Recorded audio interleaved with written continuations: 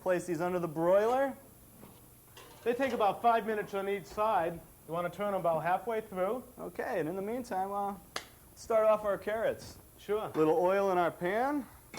Want to warm this pan up to the right temp. Now the carrots have already been parboiled. Lee, you want to explain parboiled? Sure.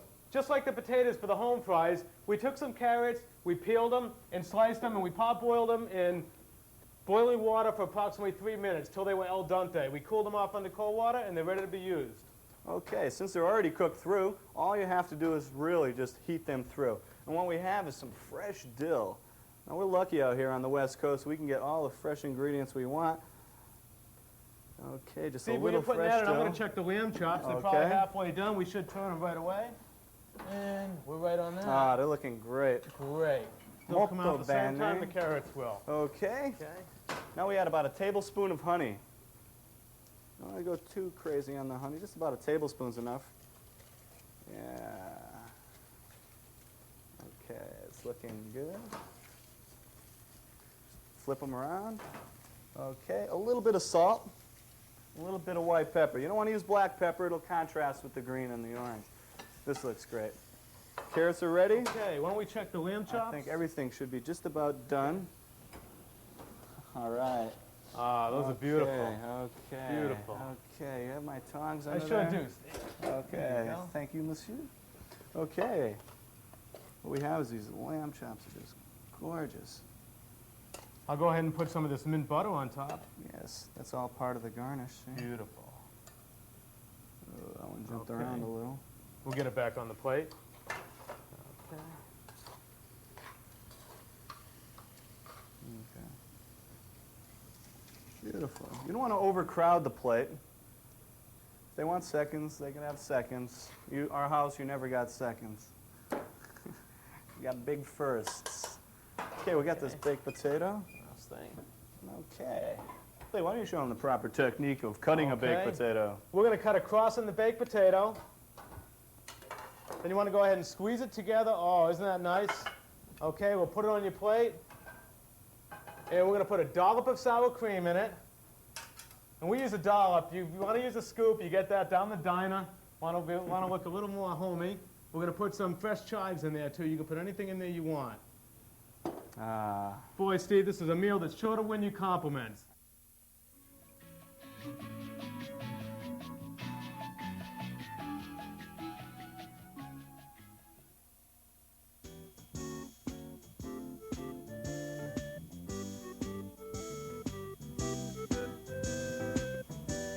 Oh, my little chickadees. First off, we're going to start off with some stir-fried chicken. Ah, yes, my favorite. Get away from me, kid. You bother me.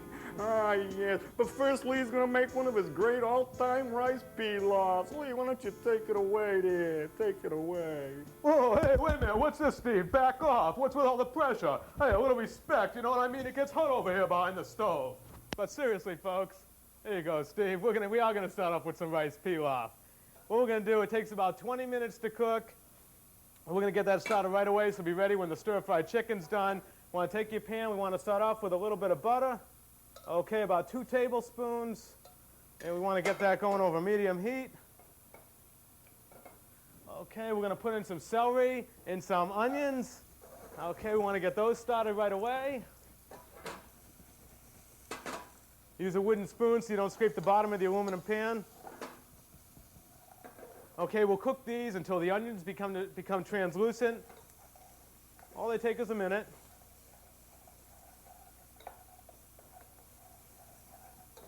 The rice pilaf holds its heat very well. So what you want to do is start it 20 minutes to a half an hour before the meal, put it on the back burner, relax for a minute before you start your stir-fried chicken. Okay, we're going to add our sliced mushrooms, all of them. We'll mix those in.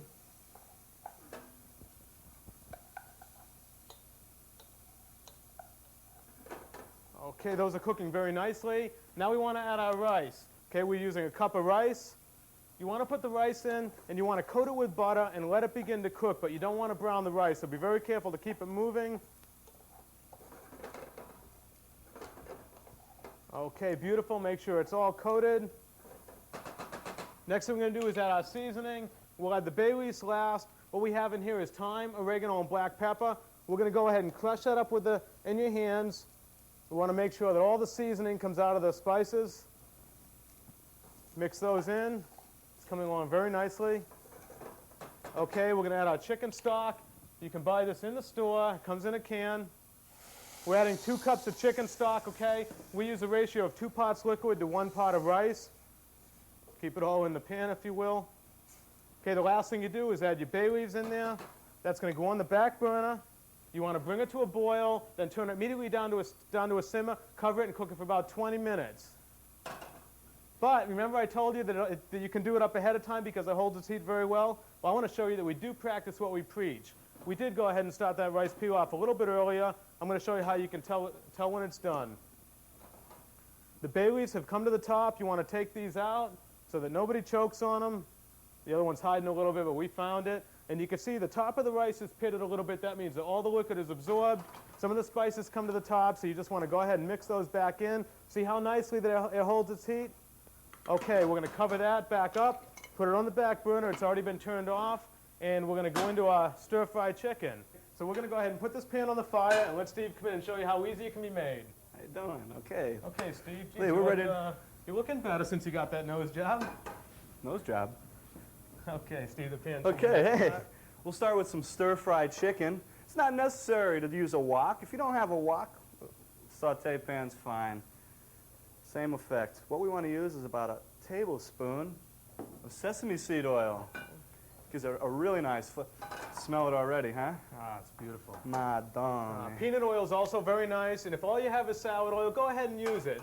Peanut and sesame seed is just a little bit better. Okay. What we have is some chicken breasts, which we cut in thin slices. We're heating up our sesame seed oil. We're going to saute those off lightly, just to brown them off, 3/4 cook them. And we'll do that right now. Just like the calf's liver, we dredge them in flour lightly just before we're going to use them so they don't get pasty. All right. Okay, looks like you have just about enough there, huh, Steve? I think so. Yeah, One that's more piece? great. One That's more great. piece for Rover? Yeah. Okay. You call me Rover. Wait, see my tongs? Yeah, there they are, over there. Can you grab those for me? Attaboy. Okay, hey, we're cooking now. Okay, you just want to brown these off. You know, this is the kind of meal where you work late, you come home, you only have 5 minutes to throw something together. Throw something elegant together, mind you. Something elegant together. Great, okay, this chicken's looking good. Okay. Drop the heat down just a bit. You know, it's all right. Okay. Okay, Steve, that should just be about done, huh? About 3/4 of the way. Let me grab that plate down there. 3/4 for of me the way there. cooked. What you want to do is remove the chicken out of the pan you're using. Okay, temporarily. Temporarily, of course. Now what you want to add is about Another tablespoon or so of a sesame tablespoon of sesame seed oil. Okay. Now comes the fun part. Stir frying. Cooking vegetables over a high heat. Want to add your ginger. We use fresh ginger, chopped up fine. You don't want to brown it like garlic. So what you want to do is take it off the heat and add your hard vegetables first. Okay, you want all your vegetables to be crisp. Al dente. Crisp to the bite. Add your nuts. Regular peanuts we're using. Okay, and your green onions. Okay, Lee, take it away. Woo, yeah. Did you notice Rover doesn't get anything to eat when I'm around? Okay, you want to saute that off lightly? Poor Rover, huh? He'll survive. Got the fattest dog on the block. He's always smiling, though. Yeah, hey. Okay. When our dog begs, he uses both hands. Okay, that's just about ready. What you want to do is add your chicken back into your pan. Take it away, Goldie. Knew the guy was around here still. Okay. Let's mix this all up together. Whoa, there goes Rover. Here we go, buddy. Here he comes now. How's that rice, Lee? Okay, Steve, I'll check it. That should be ready. Uh-huh. Oh, that looks beautiful. See how it holds its heat? We weren't kidding you. Okay, we're going to put some of this rice pilaf in the middle of the dish, form a base for the stir-fried chicken. Okay, you can put it on the side if you wish. We think it looks very nice this way. We want a large helping. Steve does eat a lot. Okay, Steve, there you go. Okay, now right before, this is an important point, remember this.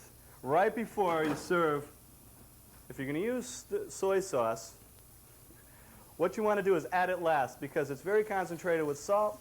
You add about 1.5 tablespoons. Okay, and we're just about ready. Well, that's about 1.5 tablespoons. Okay. You just want to stir fry it real quick. Get that all in there together. That's it. Here you go, Steve. Okay. Yeah. You want to use the tongs? I prefer the tong action. Sounds oriental. My tong. Oh.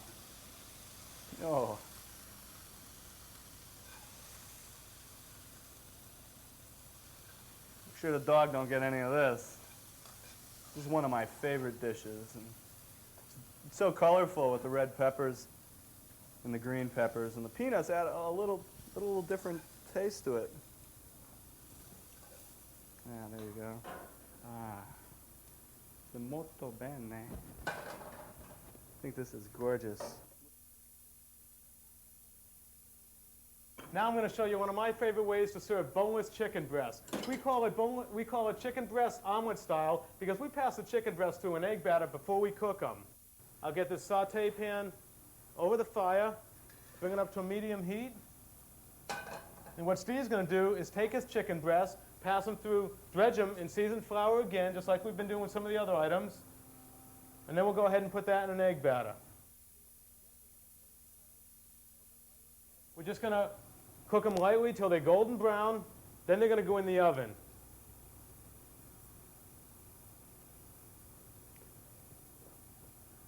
You can make these just about an hour ahead of time before you put them in the oven, and they still come out excellent. You can see that we're turning the chicken breast. They're golden brown. Turning them over just to cook them lightly on each side before they go in the oven. Steve? A little for the sauce, a little for the chef. Nice. Nice touch. Okay, these are ready to go in the oven, Steve. Okay, mate. Okay, they'll go in a 350-degree oven for about 20 minutes. Should have got a bigger pan.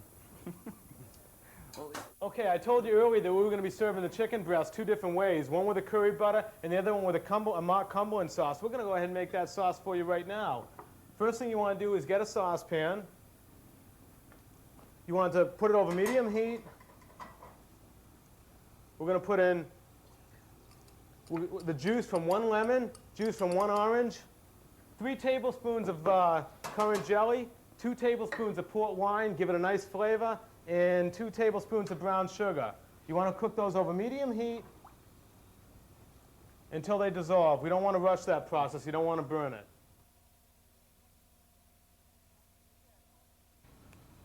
Okay, I told you that we need about 5 minutes to dissolve all the ingredients very slowly so you don't burn them. They dissolve nicely. It's in a liquid form. What Steve's doing now is dissolving 2 teaspoons of cornstarch into 2 tablespoons of cold water. We're going to mix that nicely so we won't have any lumps. Okay, we're going to put that into the hot, just about boiling Cumberland sauce mixture. Ready? Yeah, okay, add that slowly. Very nice. Okay, go ahead, Steve, you can put it all in. Just want to pull it away from the flame. The fingers are getting a little bit hot. Okay, now what we want to do now, it's still a little bit loose. You can tell it should nicely coat the back of a spoon. It's still a little bit too liquidy. We're going to put that on the back burner. We'll let it reduce a little bit over a very low heat. By the time everything else comes out of the oven, that will reduce naturally. Steve, I think we can go ahead and make some carrots with Pernod, one of your specialties. Geez. What we have here is the carrots and Pernod. You want to put a little butter in the pan. That was a little too much butter. We take a little out. Okay, with the carrots, they were done previously, parboiled. As we did the last time. Okay, all we want to do is really just heat those through. This is a really nice dish to do for guests. Bring them all into the kitchen. really impress them with this one. Just be very careful. Okay. Just have some Nice good and coated. insurance. Okay, it takes about 30 seconds to a minute to heat these through to the temperature. Remember, you they're want. already cooked. We're just heating them through. Okay. Beautiful. A little salt. I'm going to pinch. And a little bit of white pepper. Steve's using white pepper so as we don't take away from the natural color of the carrots. By not overcooking them, you can see how nice and orange they are. Okay, now comes the fun part. You want to use about a tablespoon of Pernod. You want to lower your heat just a little bit if you have gas. Okay, you want to remove the pan from the heat. You don't want to spill this on the burner. You'll have a nice mess. You want to hit it with about a tablespoon. A big Pernod. tablespoon, Steve. Whoa, Big. hey. Oh. I like flavor. Okay, Madon. Okay, remove from the heat. Lower that heat down. Boy, that's beautiful. That's it. Just make sure Well, they're out Steve. before you serve them. Well, Steve, I don't know if I can top that one, but I'll show him something else that's very nice. We're going to make some zucchini with garlic. Excuse me, Steve, while I step in front of you. Okay, we're going to put a little bit of butter in the pan again.